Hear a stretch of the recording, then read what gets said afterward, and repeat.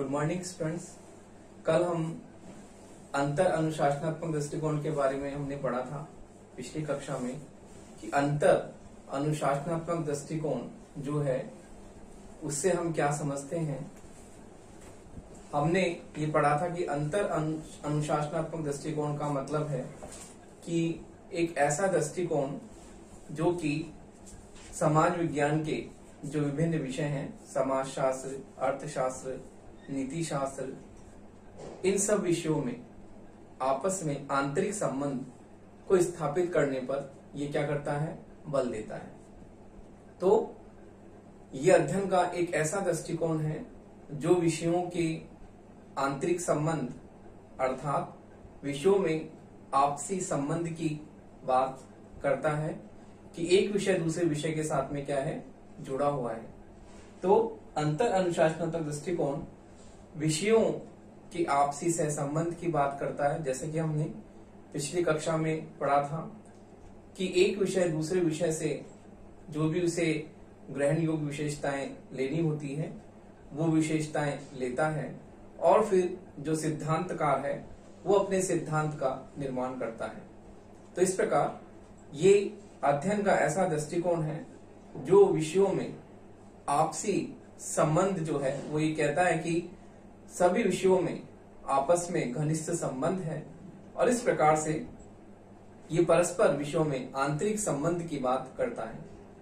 तो जैसे कि मैकियावेली ने भी अपने सिद्धांतों का निर्माण किया, इतिहास पर उसने अपने सिद्धांतों को जो है निर्मित किया, इतिहास से तथ्यात्मक सामग्री को लेकर, जैसे कि उसका राष्ट्रीय राज्य का सिद्धांत है। वैसे ही हॉब्स ने भी ज्यामिति और गणित पर अपने अध्ययन में विशेष रूप से महत्वपूर्ण रूप से बल दिया और अपने अध्ययन में उसने ज्यामिति और गणित विषय को जो है उस पर आधारित अपने सिद्धांतों का निर्माण किया। तो देखिए, इस प्रकार हम यह देखते हैं कि यह अध्ययन का एक ऐसा दृष्टिकोण है जो विभिन्न विषयों के आपसी संबंध की बात करता है। तो हमने समाजशास्त्र, अर्थशास्त्र का संबंध देखा। हमारा टॉपिक चल रहा था राजनीति विज्ञान का अन्य समाज विज्ञानों के साथ संबंध, जिसमें हमने समाजशास्त्र का राजनीति विज्ञान के साथ में संबंध, इतिहास का राजनीति विज्ञान के साथ में संबंध, अर्थशास्त्र का राजनीति विज्ञान के साथ संबंध हमने पढ़ा था। और अब हमारा टॉपिक है, अगला टॉपिक है हमारा राजनीति शास्त्र का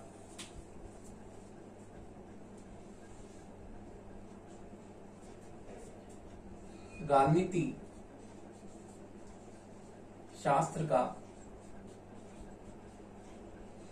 शास्त्र और नीति शास्त्र।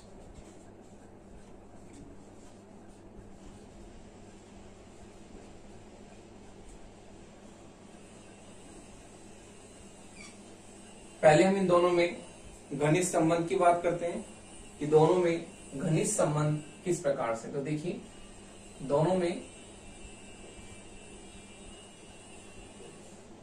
घनिष्ठ संबंध की हम बात करते हैं। दोनों विषयों में परस्पर घनिष्ठ संबंध क्या है। तो देखिए, राजनीति विज्ञान और नीति शास्त्र में घनिष्ठ संबंध है। तो देखिए, पहला पॉइंट है राजनीति शास्त्र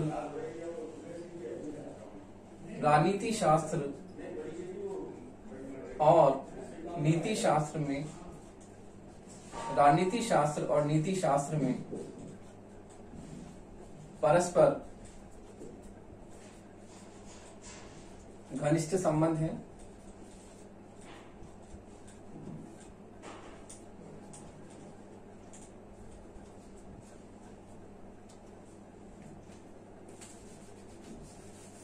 राजनीति शास्त्र और नीति शास्त्र में परस्पर घनिष्ठ संबंध है।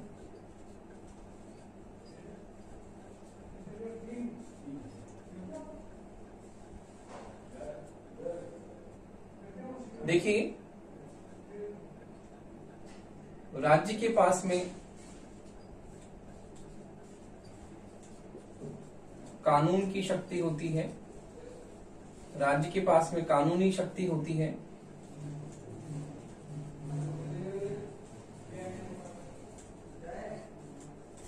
और इसके द्वारा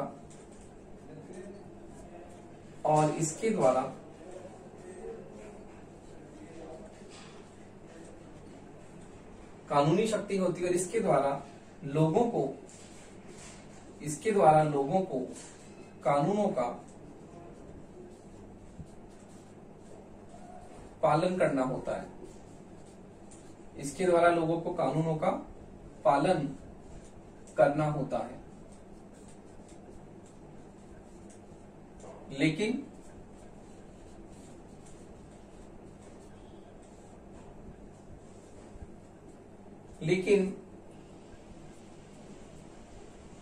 कानूनों के पीछे, जिन कानूनों के पीछे नैतिक बल होता है, वो कानून जो है लोग अपने मन से उनका पालन करते, लेकिन कानूनों के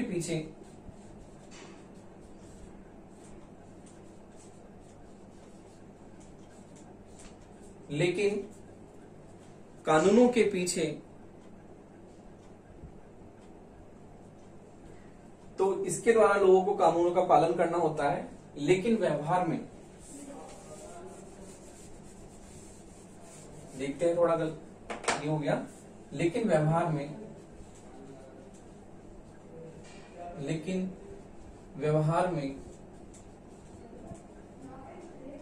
में ऐसे कानूनों का पालन, व्यवहार में ऐसे कानूनों के पीछे नैतिक बल की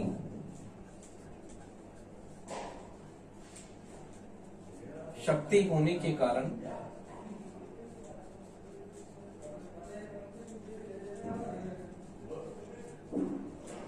लेकिन व्यवहार में ऐसे कानूनों के पीछे नैतिक बल की शक्ति होने के कारण जो है, नैतिक बल की शक्ति होने के कारण लोग स्वतः इनका पालन करते हैं।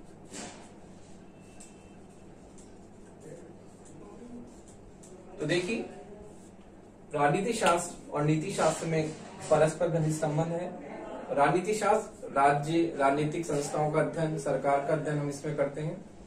नीति शास्त्र में हम नीति, नैतिकता, आदर्श इसकी बात करते हैं। नीति परक जो भी तथ्य हैं, अर्थात नीति परक जो भी बातें हैं, वो हम इसमें शामिल करते हैं। और इन दोनों विषयों में आपस में घनिष्ठ संबंध है। राज्य के पास में तो क्या होता है, कानून की शक्ति होती है, और कानून की शक्ति होने के कारण वह लोगों से जो है इनका पालन करवाती है, क्योंकि राज्य कानून की शक्ति से युक्त होता है, और कानून की शक्ति से युक्त होने के कारण यदि लोग कानूनों का पालन नहीं करते तो राज्य दंड की शक्ति का प्रयोग करता है और लोगों को जो है वह दंड देता है। लेकिन व्यवहार में प्रैक्टिकली हम देखते हैं कि कुछ कानूनों का पालन लोग सदाचार, नैतिक नियमों के आधार पर करते हैं, जो कि उनके पीछे हम नैतिक बल की शक्ति को देखते हैं कि उनके पीछे क्या है, नैतिक बल की शक्ति है।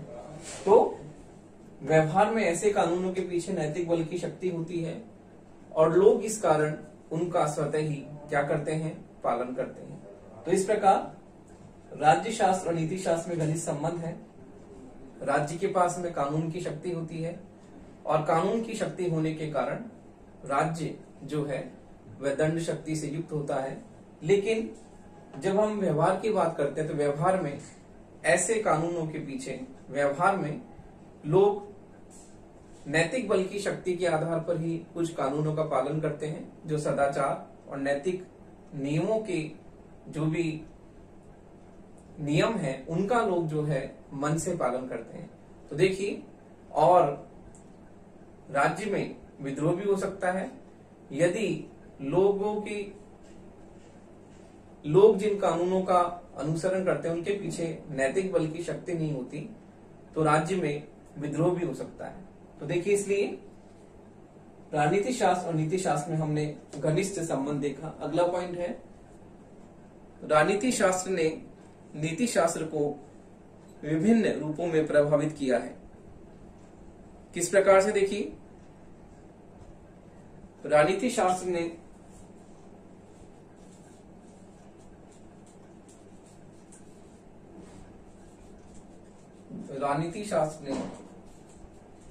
नीति शास्त्र को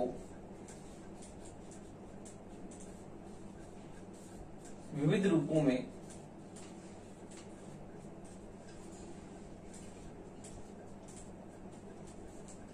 प्रभावित किया है।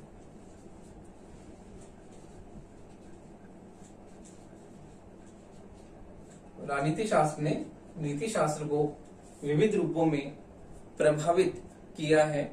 राजनीति शास्त्र उस व्यवहारिक वातावरण को जन्म देता है जिसमें समाज नैतिक जीवन व्यतीत कर सके। अर्थात राजनीति शास्त्र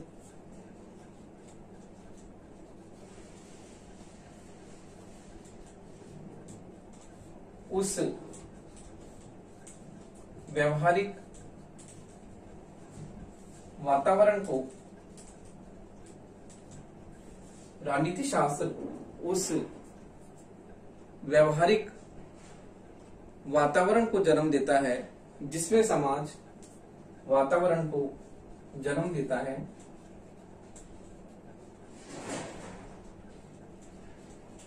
जिसमें समाज नैतिक मूल्यों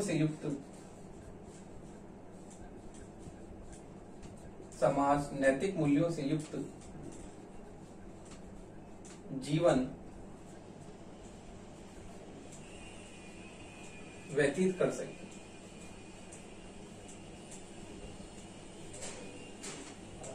तो देखिए, दोनों में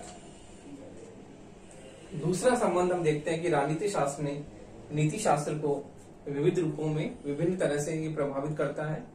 राजनीति शास्त्र उस व्यवहारिक वातावरण को जन्म देता है जिसमें समाज जो है वह नैतिक मूल्यों से युक्त जीवन व्यतीत कर सके। अर्थात राजनीति शास्त्र उन नियमों का गाइडलाइन देता है कि किस प्रकार से व्यक्तियों को जो है नैतिक रूप से अपना जीवन व्यतीत करना है। तो इस प्रकार हमने राजनीति शास्त्र और नीति शास्त्र में घनिष्ठ संबंध देखा। अब हम दोनों में अंतर की बात करते हैं कि दोनों में प्रमुख अंतर क्या है। तो देखिए,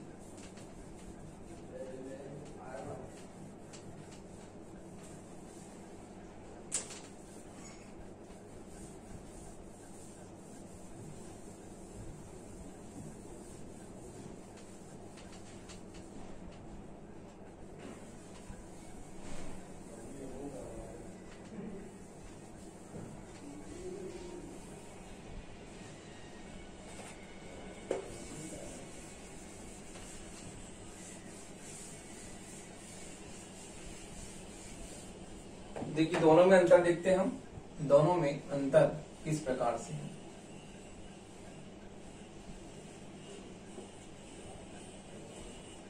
देखिए, राजनीति शास्त्र और नीति शास्त्र में अंतर हम देखते हैं। अध्ययन क्षेत्र की दृष्टि से नीति शास्त्र जो है राजनीतिक अध्ययन की दृष्टि से नीति शास्त्र राजनीति शास्त्र की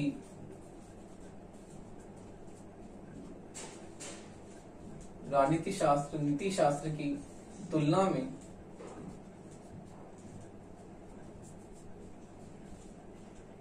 व्यापक है।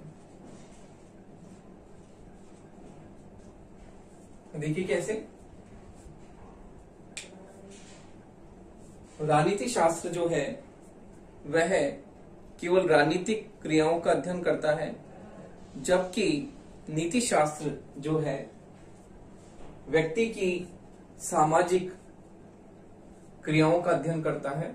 इसमें केवल व्यक्ति के राजनीतिक जीवन से ही संबंधित विषयों को शामिल किया जाता है, जबकि नीति शास्त्र में हम देखते हैं ये व्यक्ति के संपूर्ण सामाजिक जीवन की बात करता है, क्योंकि व्यक्ति के संपूर्ण जीवन में आचार, विचार, नियम, नैतिकता के नियम सब उसके पूरे जीवन में जो भी उसे अनुभव होता है उसके आधार पर वो उसके संपूर्ण जीवन को ही अपने अध्ययन की इकाई मानता है, जबकि राजनीति शास्त्र केवल व्यक्ति की राजनीतिक क्रियाओं का अध्ययन करता है। अगला अंतर देखते हैं हम। राजनीति नीति शास्त्र की तुलना में अधिक वर्णनात्मक है। राजनीति नीति शास्त्र की तुलना में अधिक वर्णनात्मक है। राजनीति शास्त्र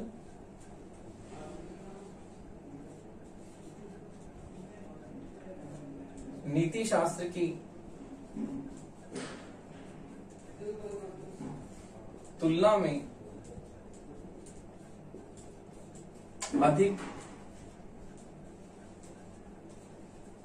वर्णनात्मक है।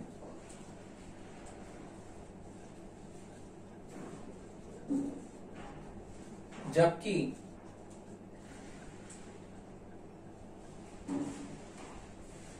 राजनीति शास्त्र नीति शास्त्र की तुलना में अधिक वर्णनात्मक है, जबकि नीति शास्त्र आदर्शात्मक है।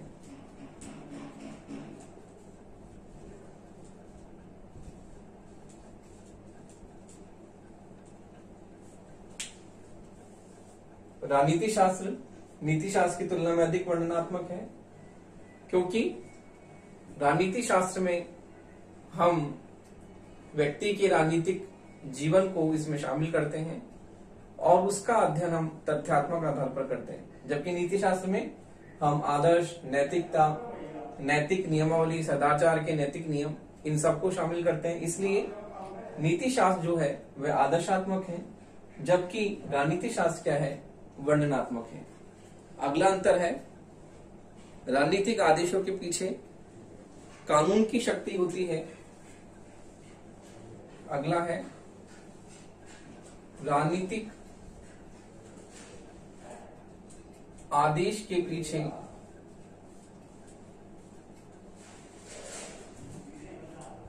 कानून की शक्ति होती है, जबकि नैतिक नियमों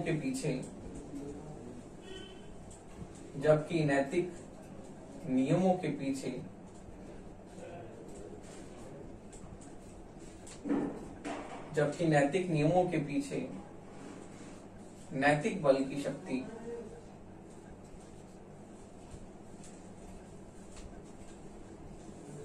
होती है।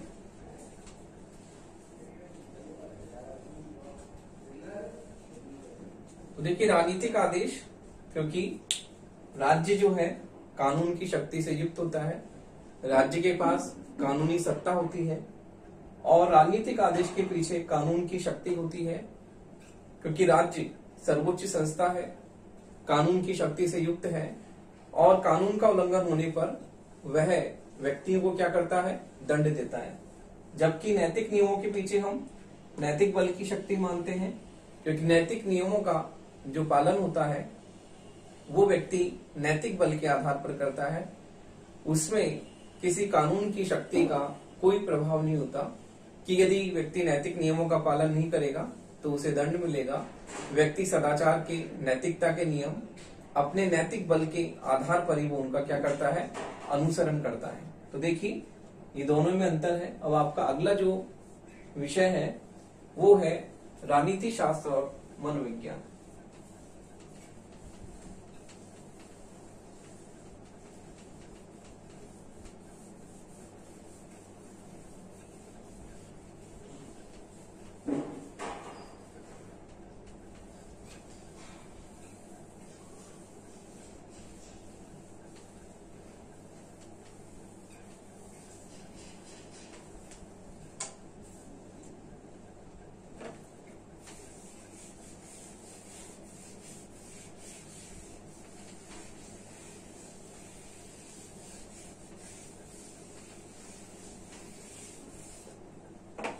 देखिए अगला आपका विषय है राजनीति शास्त्र और मनोविज्ञान।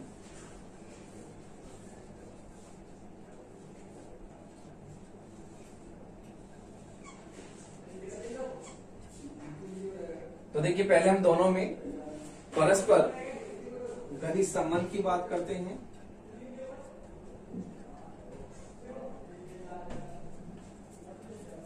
कि दोनों विषयों में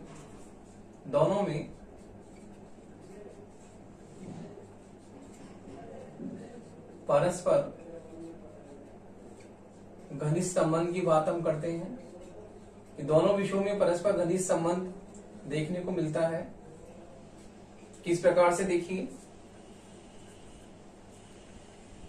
मनोविज्ञान वास्तविक अर्थ में राजनीति शास्त्र को आदान प्रदान करता है। मनोविज्ञान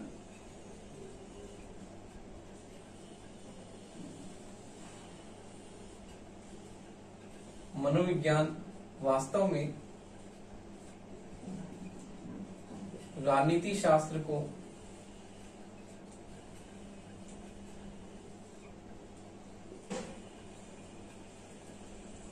आधार प्रदान करता है।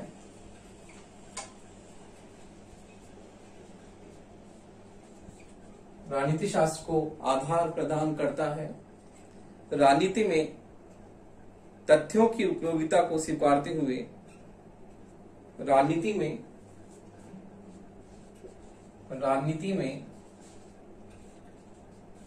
तथ्यों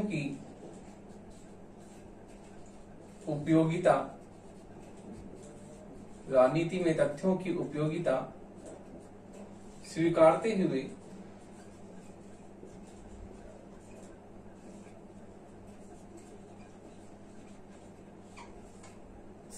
हुए मनोवैज्ञानिक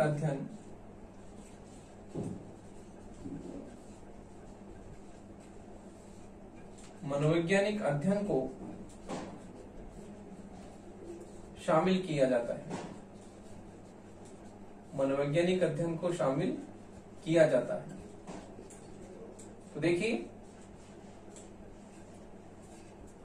मनोविज्ञान और राजनीति शास्त्र में हम घनिष्ठ संबंध की बात करते हैं। दोनों में घनिष्ठ संबंध है।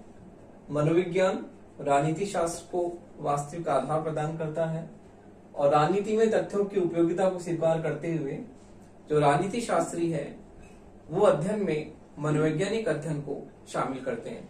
तो इस प्रकार से राजनीति शास्त्री जो होते हैं वो अपना अध्ययन मनोवैज्ञानिक अध्ययन के रूप में करते हैं। तो देखिए अगला इसका जो पॉइंट है वो ये है कि राजनीति शास्त्र भी मनोविज्ञान को प्रभावित करता है। राजनीति शास्त्र भी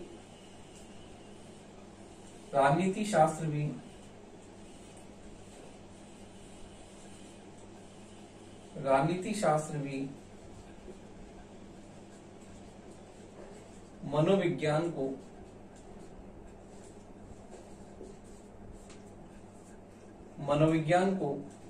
प्रभावित करता है।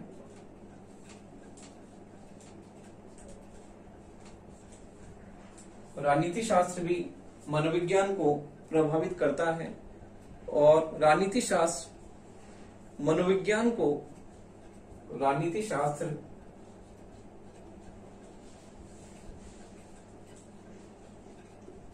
मनोविज्ञान को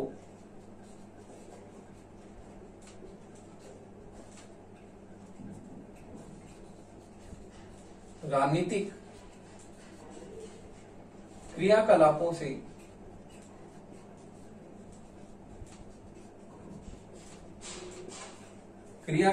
से संबंधित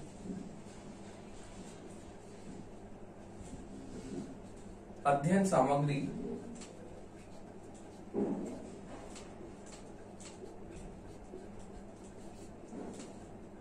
प्रदान करता है।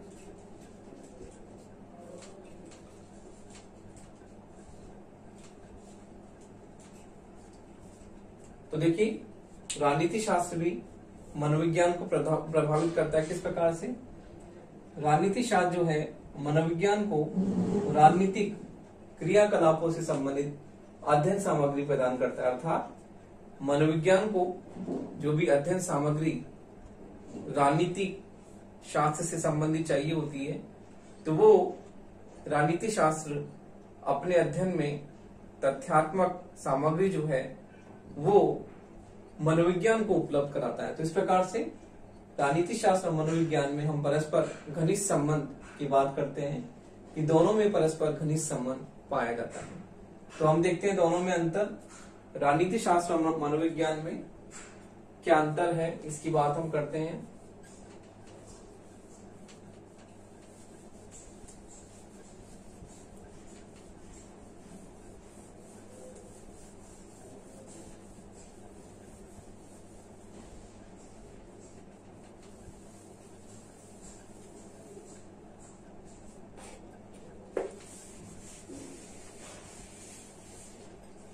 तो देखिए दोनों में अंतर किस प्रकार है।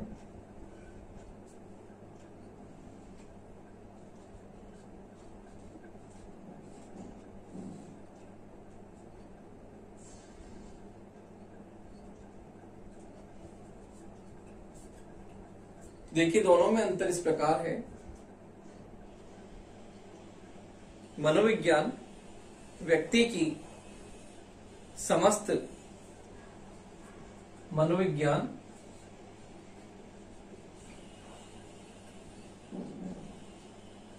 व्यक्ति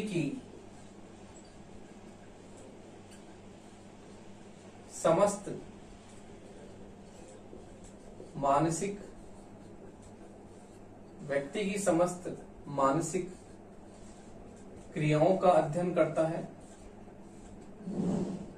व्यक्ति की समस्त मानसिक क्रियाओं का अध्ययन करता है, जबकि राजनीति शास्त्र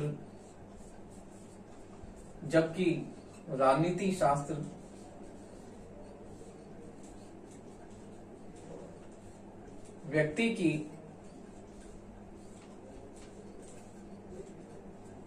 बाह्य जगत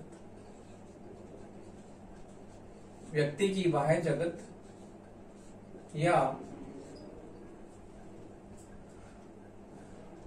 व्यक्ति की बाह्य जगत या भौतिक क्रियाओं का, भौतिक या सांसारिक क्रियाओं का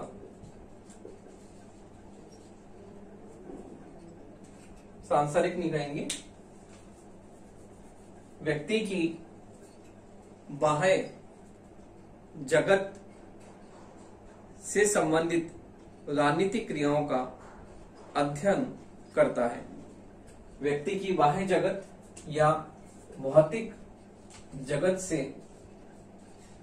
संबंधित राजनीतिक क्रियाओं का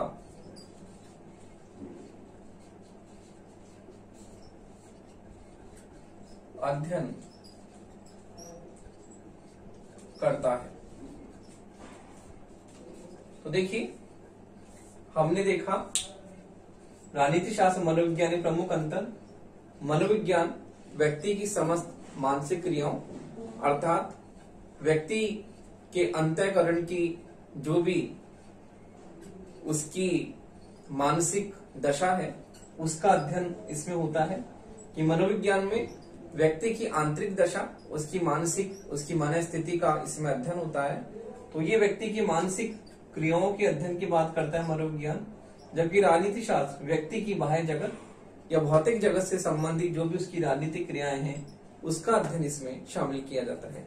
अगला अंतर है मनोविज्ञान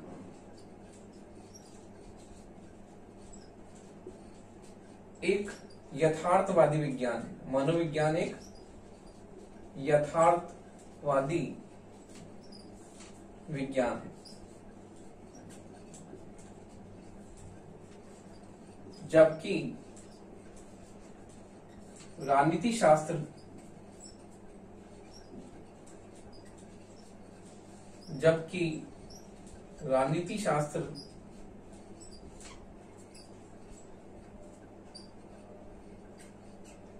आदर्शवादी होने के साथ साथ आदर्शवादी होने के साथ साथ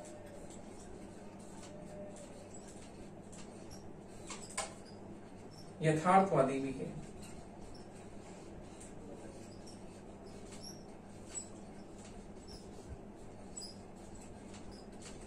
तो देखिए, मनोविज्ञान जो है वो एक यथार्थवादी विज्ञान है, क्योंकि इसमें यथार्थवादी स्थिति का चित्रण किया जाता है।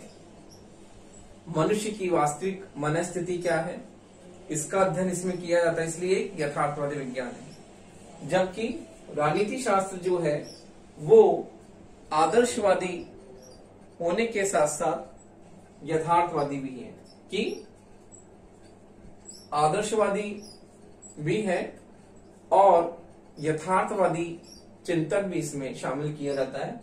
तो इसलिए मनोविज्ञान एक यथार्थवादी विज्ञान है, जबकि राजनीति शास्त्र आदर्शवादी होने के साथ साथ एक यथार्थवादी विज्ञान भी है।